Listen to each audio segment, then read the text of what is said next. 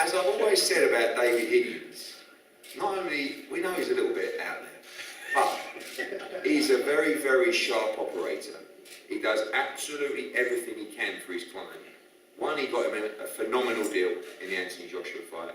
And now, in the space of probably the last 48 hours, after a random phone call that basically had us sort of brainstorming about our clients, you know, oh, we're looking at the Jennings fight, not really sure. Well, we've got the Pulev fight, but it's not really that secure. I said, Dave, do you want to just fight each other? Not me and Dave, but you can do that as well. I said, do you think it will be paid with you? And he said, you know what? I think it would be paid with you. So I said, you go talk to Dillian and Sky, I'll go talk to Parker, and we'll talk again in 12 hours. Within 12 hours, well, it took Dillian about 12 seconds, and I think it took Parker about 12 seconds. I'm just really full of admiration for Joseph Parker. They're coming off the back of a unification loss, first guy to take Anthony Joshua, 12 rounds. He jumps into a fight with, I believe, one of the most dangerous heavyweights in world boxing. I think Joseph Parker has the bit between his teeth. I think he feels like he has a lot to prove. I think he wants to be in all the major fights in the heavyweight division. And I think outside of Joshua Wilder, this is the biggest fight in the heavyweight division. So we're going to hear from everyone on the table. And again, I just want to take my hat off to these two guys. The response on social media has been incredible. Everyone is so excited about this fight. It is a pure 50-50 fight with both guys that have absolutely everything to lose in terms of challenging for the World Heavyweight Championship. And before we pass over to Dave to say a few words, we'll pass over to Adam Smith from Sky Sports. Eddie, thanks, and you've hit the nail on the head. A wonderful match, a 50-50 fight. You know, we saw at your call last night on JD Next Gen a terrific assortment of fights, and that's what we need, you know, great matches where you just don't know who's going to win. I love this. I love twists and turns in boxing. You think it's going one way, then the other. Dillian wanted the fight, Joseph wanted the fight. It was made so quickly. It's a pleasure having David Higgins back, Kevin Barry, an old friend, and Joseph Parker. They are consummate professionals. They were wonderful in the build-up to the Anthony Joshua fight. Obviously disappointed with their performance. They want to right a wrong back here. But look at Dillian Whyte. Look what he's done. He's, as Eddie said, he's taken risks. He's taken gambles. An amazing night against Lucas Brown and huge figures on Sky. I think he's a real star coming through his way as well. And I think it's just a fantastic fight. It's a cracking heavyweight world at the moment. And this is just a terrific matchup. Everyone I've spoken to already in the last hour has said, who's going to win? And that's what you want. You want a fight where we don't know. Joseph Parker wants it bad. Dillian Whyte wants it bad.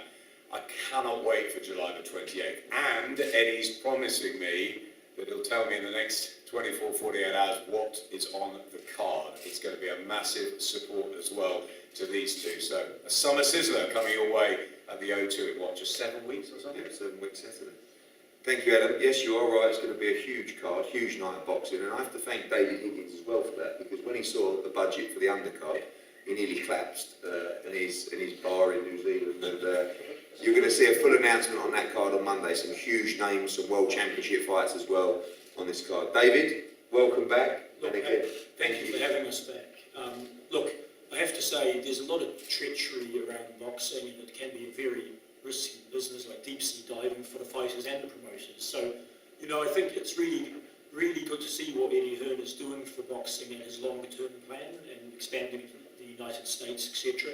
And the reason I say that is testament to his professionalism and honesty in a sport where it's rare, is that we can make a deal, a very complex 8-figure intercontinental deal in the space of 48 hours, and you know, deal's done.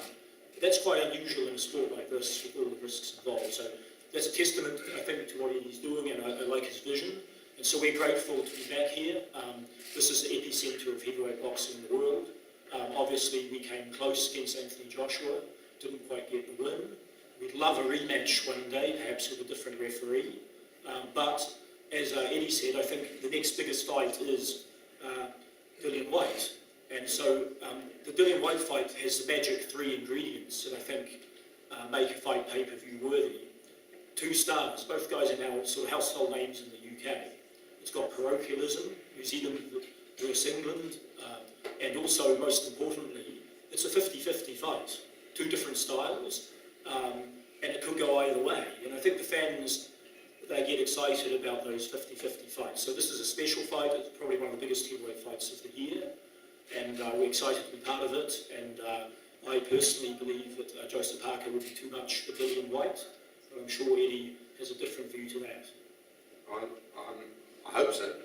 I hope so, but I do think it's a great fight. And one guy that's going to be very important, Kevin Barry, is obviously waiting for Joseph in Las Vegas at the moment. But here from Mark Tibbs, firstly, Mark, spoke to you last night at York Hall, and you were really excited about this fight. That I think really the hard work that Dillian Whyte has put in has paid off, and now he gets his big chance.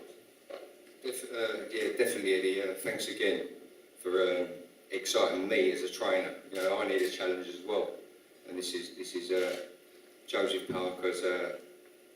He's been a world champion, so it's another world champion for Dillian, and we know what we've got to do to steady him up, shake him up, and do something which ain't been done to him. So yeah, I'm really excited, very excited. I think the styles will gel really well in this fight. Joseph got to come to win this fight, obviously, and saw a great performance from Dillian against Lucas Brown. You see Dillian being able, like you said, to be the first man to potentially stop Joseph Parker? Well, listen, I don't want to promise any KOs or stoppages, but what I will promise you, whatever Parker brings, whether he runs or whether he brings it, he's going to get steadied up. The old midriff is going to get touched, and he's going to get steadied up. But that's all, with all respect, proper gentleman. But this is the fight game, and we're going to do the business. I promise you. Thanks, Mark. Joseph, I have to give you a huge amount of respect. I know you just love to fight. You love to be in these big fights. We met yesterday. I really feel like you've got a bit between your teeth. You want to prove a point back here. You don't have your World Championship belt anymore, but you want it back. And I get the feeling you're very excited about the Dillian Whyte fight. Yeah, firstly, thank you all for making time to be here today for the announcement. It's good to be back here in the UK. I feel like I'm spending a lot more time here than I do at home, so that's a good thing. The last time I was here was a great experience fighting in Cardiff in front of all those people in the build-up to the fight. Even though I didn't get the result that we wanted, but I feel like it's a great time now to come back.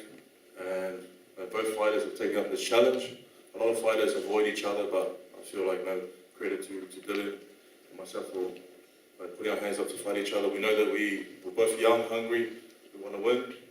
And also like to give credit to my promoter, David Higgins, and also Eddie Hearn for making this deal happen very fast. And I'm looking forward to going back to training and burning off the pies I ate in New Zealand, and then coming back in great shape, put on a great performance, and get that win. Both of you guys just hugely rated, highly ranked in all the governing bodies. Like we said today, applying for the WBO for a final eliminator for this one. But this is just really the people's eliminator more than anything. The fans know that this is the big one. This is the fight outside of the World Championships. That you know, the winner has absolutely no route other than a World Championship fight. Yeah, the winner, I think, is in pole position for a rematch with Anthony Joshua at some point in the future. Yeah. And Joseph, just finally, a great style for you in Dillian Whyte. I know, in some of your recent fights, you've had to box a little bit more than sometimes you like, but expect an explosive night on July. I feel like it's going to be explosive. I've seen him fight, I respect him as a fighter, and he looked tremendous in his last fight, so he sent me a message on Instagram saying he wants to go to war, so let's make it happen. Dillian Whyte, you get your big night, if you like. Almost feels like a world title fight, to be honest with you. And it's been a frustrating period trying to secure these big fights, probably over the last 12 months. I feel as though you've called me 100 times, and we've probably had 1,000 conference calls, but it's paid off, and now you really get your chance to shine on a massive stage.